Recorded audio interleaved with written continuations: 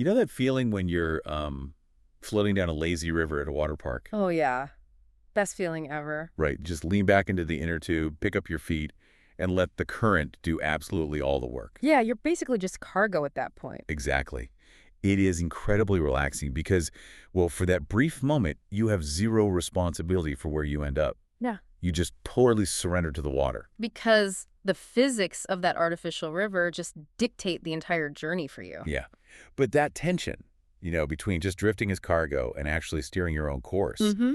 that is the core of what we are exploring today in this deep dive. It really is. We are unpacking excerpts from this really fascinating contemplative novella called DAYFACE, The Evolution of the Conscious River. And the mission for our deep dive today, for you listening, is to explore the text's profound metaphor of human evolution. Mm-hmm. Moving from that sort of stagnant, ego-driven, isolated state. Right, into a state of universal flow and shared trust. Because when you translate that lazy river sensation to real life, it stops being relaxing pretty quickly. Oh, absolutely. It becomes a huge problem. We often let gravity, like our ingrained habits, our fears, the expectations of everyone around us, just pull us along. And then years later, we look around and act totally surprised when we end up somewhere we never actually intended to go. Right. It becomes this ultimate abdication of intention. Yeah. And what makes DAYFACE so compelling is that it doesn't just ask if we are growing. It asks how we are flowing. Which is a huge distinction. Yeah. And before we get into the mechanics of that flow, I really want to lay out the baseline blueprint this text gives us for a well-measured life. Just something for you to keep in mind as we go. It's a really great framework. It is. The bar is high, but the criteria are incredibly clear. Mm. According to the text, a life is within measure when three specific things happen. First, your words align with your conscience. Okay. Second, your actions align with your intention. And third, your ambition does not erase your humility. What's fascinating here is that the text doesn't frame this personal growth as some straight, uninterrupted line from point A to point B. Right. It's not just a checklist. Exactly. It describes growth as a spiral movement. So we revisit the exact same stages of life, the same challenges over and over again. Yeah, like hitting the same wall. Yes. But the hope is that with each rotation of that spiral, we're encountering those familiar things at a higher level of consciousness each time. The text actually views the human being as a literal bridge. A bridge. Yeah, a bridge between the finite physical world we live in and the infinite spiritual realm. Wow. Okay, so we are the bridge. To understand how we actually evolve into this conscious river that the title talks about, we first have to understand the difference between just a natural body of water and human action. Right, the mechanics of it. Yeah.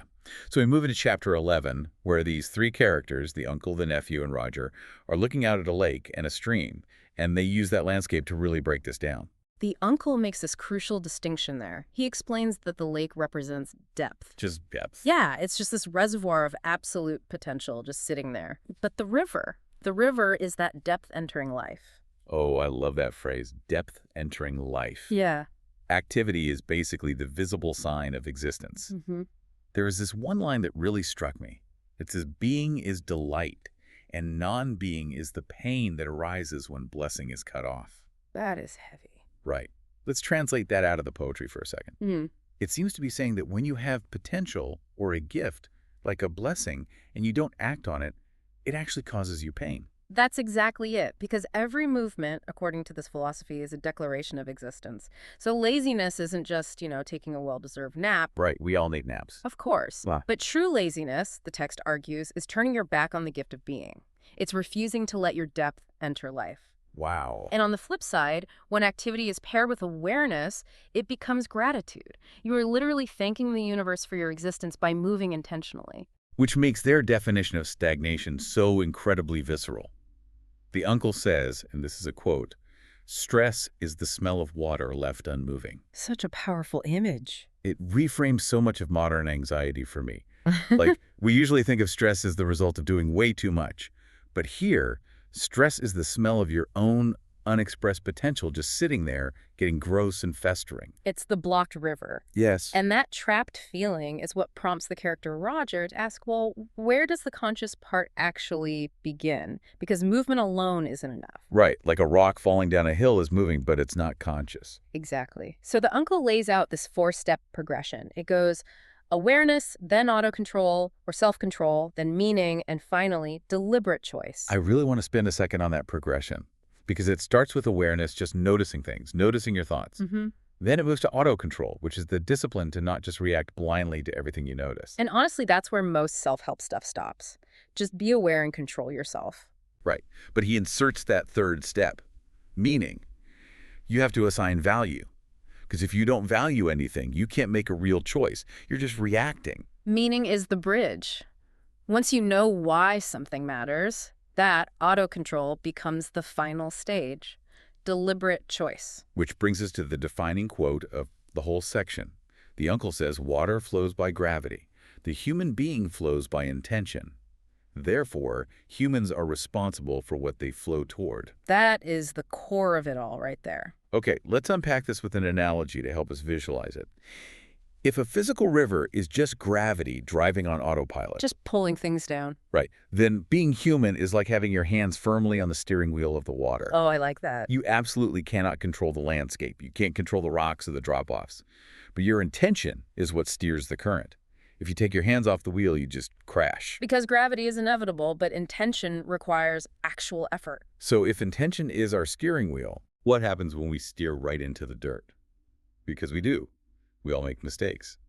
The deep dive naturally transitions here from the mechanics of our flow to the purity of it, mostly in chapters 12 and 13. Yeah, and we see this when the uncle meets with a group of local kids. He literally takes his cane and draws a circle in the dust. I love this scene. It's so sweet. He tells them to imagine this circle is the communal lake of their neighborhood, and each child is a small stream.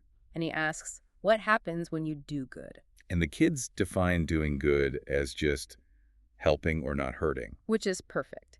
He explains that doing good adds clean water to that shared lake. It's such a great visual. Yeah. But then he anchors it in this massive metaphysical concept. He introduces what he calls the first promise. Right, this primordial moment where souls were asked, was I not your Lord? And the souls answered, yes. And from that moment, a word fell into humanity like a trust, establishing that the absolute core essence of a human being is goodness, truth, and beauty. The factory setting, basically. Yeah. And any wrongdoing or ugliness, those are just shadows that come later. They aren't who we are. That separates the action from the identity completely. Because of this core goodness, the uncle says you shouldn't ever look at a child and say, you are bad. Right. You should only say, what you did was not good. I have to push back on this a little bit, though, just on behalf of anyone listening who might be rolling their eyes right now. Sure, go ahead. It sounds beautiful, but isn't it a bit, I don't know, naive to claim human essence is purely good when we see so much intentional wrongdoing in the world? Like every day we see terrible things. Calling it a shadow feels almost too easy. No, that's a completely fair critique. And Yeah. the text actually anticipates that friction. It doesn't ignore the bad stuff at all, but it categorizes it as a temporary state rather than a permanent identity. Okay, how so? Well, the uncle uses this metaphor of a muddy river. If you look at a river right after a huge rainstorm, it's churning, it's brown, it's full of dirt. You look at it and say, well, that's a dirty river. Exactly. But eventually the storm passes, the dirt settles, the water clears. It's unjust to define someone solely by their mistakes, just like it's unjust to define a river by a muddy hour. A muddy hour. Wow. Yeah. And he drops this incredible line. Nobility is not lineage, but the patience of the soul. The patience to wait for the mud to settle, both in ourselves and in other people. Yes. The absolute rule here is what matters is not to stop flowing. You don't build a dam just because the water is muddy right now. You just have to keep moving. Yeah. And to help the kids practice this, the nephew gives one of the girls this thing he calls a conscious river journal. I love the prompts in that journal. They are so actionable. The prompts are, whom did I make happy today? Whom did I avoid hurting? And my absolute favorite, to which goodness did I become water? To which goodness did I become water? It totally reorients your daily ambition. It does. Yeah. And while they're handing her this journal, Roger reminds the kids that they are from what he calls the virtual village. He gives them this advice. First real life, then the screen. Which is aggressively relevant for us today. Seriously, you cannot be a conscious river in a digital simulation if your physical real-life stream is totally stagnant. Because the screen tricks us, right? Yeah. It makes us feel like we're flowing, we're scrolling, absorbing all this data, but physically and intentionally, we are perfectly still. Our depth is not entering life. Exactly. So if we know our core is good, and we know intention is our steering wheel, and we're supposed to keep flowing through the muddy hours, what actually stops us? That makes us pull over? Yeah, what makes us build the dam? The deep dive shifts to chapter 14 here to explore the ultimate obstacle to all of this. And it isn't malice or even laziness, really. It is the refusal of risk. Here's where it gets really interesting, I think, because society usually talks about risk in terms of like finance or making a huge career jump or extreme sports. Skydiving, investing in crypto, yeah. Right. But this text radically reframes vulnerability as the most profound risk a human can take. Roger realizes this just from talking to the kids, because intending to touch another human heart always carries the very real possibility of being misunderstood. You could have the purest intention, and it still lands wrong. And that is terrifying. But the uncle points out that risk is literally like breathing. Every single breath we take carries unseen risks, microbes, pollutants, yet we don't just stop breathing. Because to stop breathing is to stop living. Exactly. Risk taken for goodness and truth elevates us. Risk taken for selfish motives destroys us. And this strikes this really deep, uncomfortable chord with the nephew. He actually confesses his lifelong fear of risk. His internal monologue is always, what if I fail? What if I am not loved? Everyone listening knows that exact voice. It's the ego trying to protect itself. Totally. Even when he was handing that journal to the little girl, a voice whispered to him, what if she never writes in it? What if this is pointless? But then he used that deliberate choice. He asked the conscious question, what if she does? What if she does? That pivot is everything. Refusing that emotional risk, refusing to be vulnerable, is described as building a massive dam and telling your river to stay exactly where it is. And we do it because avoiding risk looks really peaceful in the short term. It feels like safety. Right, a glassy pond with no rapids.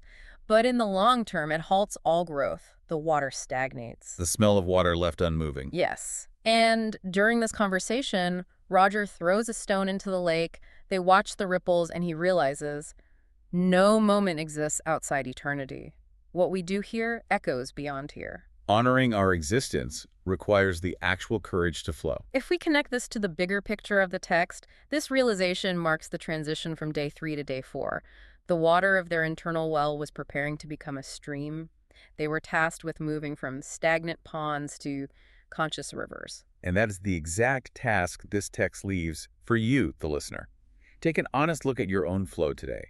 Are your actions actually aligning with your intentions?